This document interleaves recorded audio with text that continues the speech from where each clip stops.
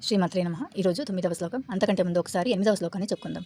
జ్ఞాన విజ్ఞాన తృప్తాత్మా కూటస్థో విజితేంద్రియః యుక్త ఇత్యుచ్యతే యోగి సమలోష్టాశ్మ కాంచనః సుహృన్మిత్రార్యుదాసీన మధ్యస్థద్వేష్య బంధుషు సాధుష్వపి చ పాపేషు సమబుద్ధిర్విశిష్యతే. సుహృన్మిత్రార్యుదాసీన అంటే శ్రేయోభిలాషుల పట్ల, అంటే మిత్రులు, శత్రువులు, తటస్థులందు. మధ్యస్థులు, ద్వేష్య ఈర్ష్యాపరులు, బంధుషు బంధువులు, సాధుష్వపి అంటే సాధువులు కూడా, చ మరియు పాపేషు పాపులు, సమబుద్ధి సమానమైన భావము, ద్విశిష్యతే సర్వశ్రేష్టమైన వాడు అని.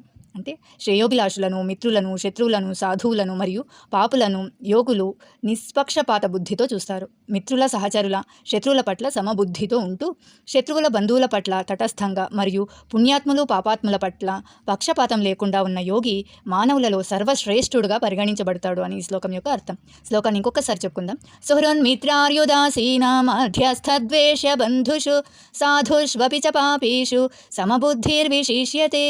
10వ శ్లోకం రేపు చెప్పుకుందాం.